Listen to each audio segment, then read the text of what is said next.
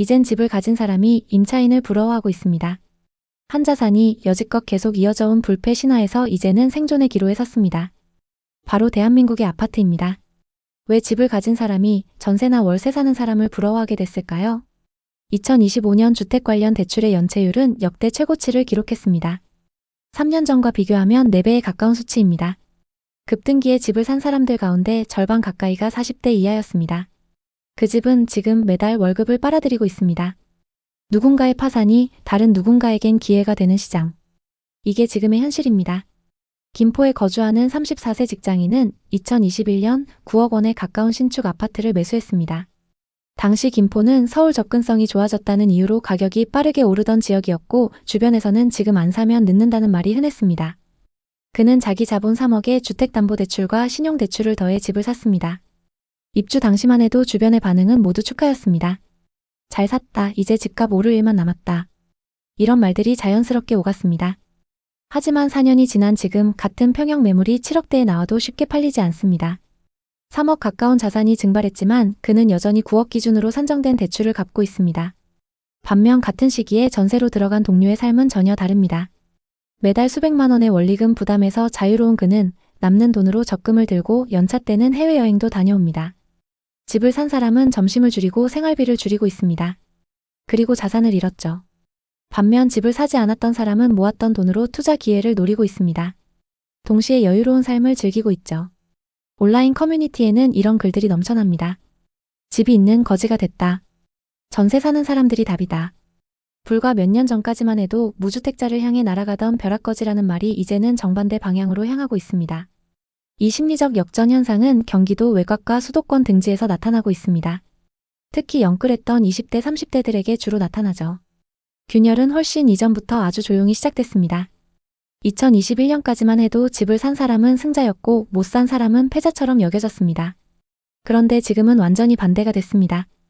이 변화는 단순히 감정의 문제가 아니라 현금 흐름의 문제입니다. 이 변화의 핵심에는 빚을 지렛대로 삼는 투자 방식 바로 영끌이 있습니다. 불과 몇 년 전까지만 해도 내 돈 2억에 대출 5억을 더해 7억짜리 집을 살 수 있었습니다. 집값이 오르면 수익률은 폭발합니다. 7억짜리 집이 9억이 되면 2억 투자로 2억을 번 셈입니다. 수익률 100%입니다. 투자의 귀재인 워런 버핏도 평균 수익률이 20%였는데 수익률 100%라니 대단하죠. 이게 실제로 몇 년 동안 한국 부동산에서 일어난 일입니다. 심지어 어떤 곳은 분양가 3억짜리 아파트가 10억까지 간 곳도 있습니다. 수익률 300%가 넘는 거죠. 하지만 이 방식은 양날의 검입니다. 집값이 오를 때는 수익을 극대화하지만 떨어질 때는 손실도 극대화합니다. 7억짜리 집이 5억이 되면 내 돈 2억은 사실상 사라진 거나 마찬가지입니다. 대출 5억 원은 그대로 남아있으니 자산은 마이너스가 됩니다. 팔아도 빚을 다 갚지 못하는 상태가 되어 경매로 넘어갑니다. 월급 350만 원을 받는 평범한 직장인을 가정해 보겠습니다. 이 사람이 2021년에 서울 외곽에 7억짜리 아파트를 샀습니다. 자기 자본 2억 원, 주택담보대출 4억 5천만 원, 신용대출 5천만 원, 전형적인 영끌 구조입니다. 주담대 4억 5천만 원을 30년 만기로 빌렸다고 가정해 보겠습니다. 2025년 기준 변동금리 연 4.5%가 적용되면 매달 원리금 상환액은 약 229만 원입니다. 여기에 신용대출 5천만 원 이자가 매달 약 30만 원 더해집니다. 대출 이자만 월 260만 원입니다. 월급에서 90만 원이 남습니다. 관리비 월 20만 원, 세금 월환산 10만 원을 더하면 고정 지출은 월 290만 원에 달합니다. 월급 350만 원으로는 제대로 된 밥을 사 먹기도 어렵습니다. 이건 극단적인 사례가 아닙니다. 2025년 기준 주택담보대출 보유 가구의 평균 DSR은 40%를 넘어섰습니다. 소득의 40% 이상이 빚 갚는 데 묶여 있다는 뜻입니다. 안양에서 자영업을 하던 39세 한 분은 2020년 말 상가를 하나 매입했습니다. 안양은 유동인구가 많다. 아파트보다 상가가 안정적이다. 이 말을 믿었습니다. 처음에는 괜찮아 보였습니다. 임차인도 있었고 월세로 이자를 감당할 수 있었습니다. 하지만 시간이 지나면서 공실이 생기기 시작했습니다. 임차인이 나가고 바로 채워지지 않았습니다. 월세를 낮춰도 상황은 쉽게 나아지지 않았습니다. 월세 수입은 줄었는데 이자는 그대로였습니다. 그는 생활비를 줄였고 그래도 안 되자 신용대출로 메우기 시작했습니다. 처음에는 몇 달만 버티면 되겠지 라고 생각했습니다. 하지만 몇 달이 1년이 됐고 상황은 달라지지 않았습니다. 결국 이 씨는 손실을 감수하고 상가를 정리하기로 마음먹었습니다. 하지만 매수한 가격에서 한참을 깎아도 사려는 사람이 없었습니다. 그는 한숨을 쉬며 이렇게 말했습니다. 이제 상가는 끝인가 봐요. 왜 이렇게 많은 사람들이 어려운 선택을 했을까요? 2020년에서 2021년 사이 대한민국을 지배한 감정은 공포였습니다. 집을 사지 않으면 영원히 내 집을 가질 수 없다는 공포. 이 공포는 20대, 30대에게도 확산됐습니다. 언론은 연일 신고가를 보도했고 유튜브와 커뮤니티는 지금이 가장 싸다고 말했습니다. 은행은 저금리 대출 상품들로 사람들에게 어필했습니다. 그 결과 많은 사람들이 영끌을 해서 끝물에 뛰어들었습니다. 이걸 포모 현상이라고 하죠. 포모란 자신이 매수하지 않은 것이 급등해서 수익을 놓칠까 겪는 불안감을 뜻합니다. 그 당시 혼합형 금리로 진입은 쉽게 출구는 어렵게 만들어졌습니다. 영끌을 가능하게 만든 핵심은 금융상품 구조였습니다. 특히 혼합형 금리 대출은 초기 부담을 낮춰 진입 장벽을 크게 낮췄습니다. 처음 몇 년은 고정금리로 월 상환액이 할만하다는 느낌을 줬습니다. 문제는 그 이후입니다. 혼합형 대출의 전환 구간은 시한폭탄이 됐습니다. 이자 부담이 2배, 3배 커져버리면서 감당하기가 어려워졌습니다. 이민종 씨는 2022년 고점에 14억짜리 아파트를 샀습니다. 대출을 7억 이상 끌어다 썼죠. 그때는 집값은 무조건 오른다는 믿음이 컸으니까요. 당시만 해도 아파트 가격이 매달 몇천만 원씩 오르는 분위기였죠. 민종 씨도 지금 사지 않으면 앞으로 기회가 없다고 생각했답니다. 하지만 지금은 어떨까요? 이자만 매달 250만 원 이상 나가는데 집값은 2억이나 빠졌습니다. 심지어 비슷한 조건의 매물은 매수자가 없어서 2년째 팔리지 않고 있다고 합니다. 이런 사례가 지금 부동산 시장에서 하나둘이 아닙니다. 정부가 대출 규제를 강화하면서 더 이상 대출을 많이 받을 수 없어졌고 규제 지역이 확대되면서 전세를 끼고 사는 갭 투자도 막혔습니다. 실제로 전체 시장은 소강 상태이고 대출 조이기로 인해 젊은 세대나 서민층 수요가 꺾인 상황입니다. 특히 30대와 40대 고소득 직장인들의 대출이 막히면서 시장의 활력이 떨어지고 있습니다. 또 다른 사례를 한번 살펴보겠습니다. 장민수 씨의 이야기입니다. 지난 상승장 끝물에 투자해서 크게 물린 분인데요. 4년 전 그러니까 2021년의 일입니다. 그때 부동산 시장이 한창 뜨거울 때였습니다. 민수 씨도 뒤처질 수 없다는 생각에 덜컥 투자에 뛰어들었습니다. 매물은 홍대 근처의 꼬마 빌딩이었어요. 18억짜리 꼬마 빌딩 대출 13억을 끼고 샀습니다. 현금 5억 가지고 18억짜리 꼬마 빌딩을 사는 게 가능했죠. 월세 수익이 나쁘지 않을 거라는 계산이었고 빌딩 값도 오를 거라는 장밋빛 꿈을 꿨습니다. 처음에는 임차인들이 꽉 차 있어서 괜찮았습니다. 매달 월세가 들어오고 이자도 겨우 맞추면서 버텼죠. 그런데 코로나가 터지면서 임차인들이 하나둘 빠져나가기 시작했습니다. 공실률이 30%까지 치솟았고 월세 수익은 기대 이하로 떨어졌습니다. 대출 이자는 매달 540만 원씩 꼬박꼬박 나가는데 수익으로는 그걸 감당하기 버거웠습니다. 민수 씨는 조금만 버티면 되겠지 라고 생각하며 2년을 버텼지만 결국 빌딩을 23억에 내놓았습니다. 그런데 이게 또 안 팔리는 겁니다. 1년 넘게 매물로 내놨는데 매수 문의조차 거의 없었습니다. 지금까지도 매물이 팔리지 않고 있는데요. 민수 씨가 털어놓길 부동산은 주식처럼 쉽게 사고 팔 수 있는 게 아닙니다. 대출을 많이 끼고 들어가면 시장이 조금만 흔들려도 바로 직격탄을 맞습니다. 이렇게 말했습니다.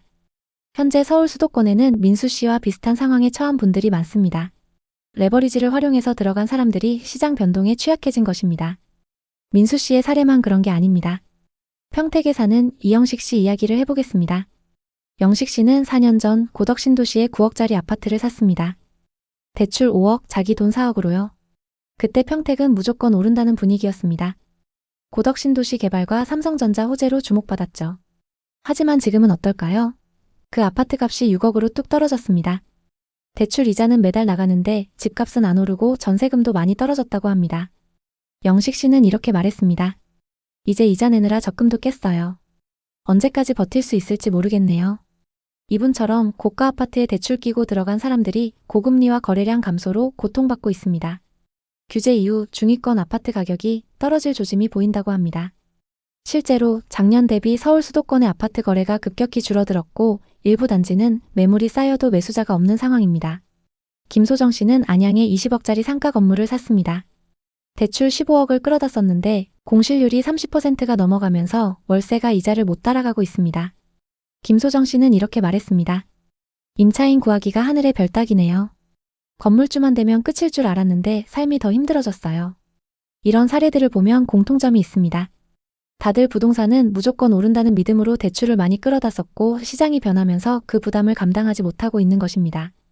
특히 상업용 부동산은 공실률 때문에 더 치명적입니다. 아파트는 그래도 주거용이라 임차인을 구할 가능성이 있지만 상업용은 임차인 구하기가 정말 어렵습니다. 앞으로는 이런 실패 스토리가 더 늘어날 수밖에 없습니다. 특히 입지가 조금 떨어지는 상업용 부동산의 경우 공실률이 60%를 넘는 곳도 많아서 투자자들의 부담이 커지고 있습니다. 지금 왜 이렇게 줄줄이 무너지고 있는 걸까요? 여러 이유가 얽혀 있지만 가장 큰 건 대출 규제와 고금리 기조입니다. 정부가 6억 이상 대출을 제한하면서 고가 아파트나 빌딩을 사려는 수요가 확 줄었습니다. 예전에는 20억짜리 집 사면서 15억 대출 받는 게 가능했지만 지금은 그게 안 되니까요. 게다가 금리가 낮아지지 않아서 이자 부담이 큰 상황입니다. 예를 들어 15억 대출 받아서 연 3% 금리면 연간 이자가 4,500만 원입니다. 하지만 금리가 5%로 오르면 1년에 이자만 7,500만 원으로 뛰는 겁니다. 이걸 매달 나눠서 낸다고 해도 감당하기 쉽지 않습니다.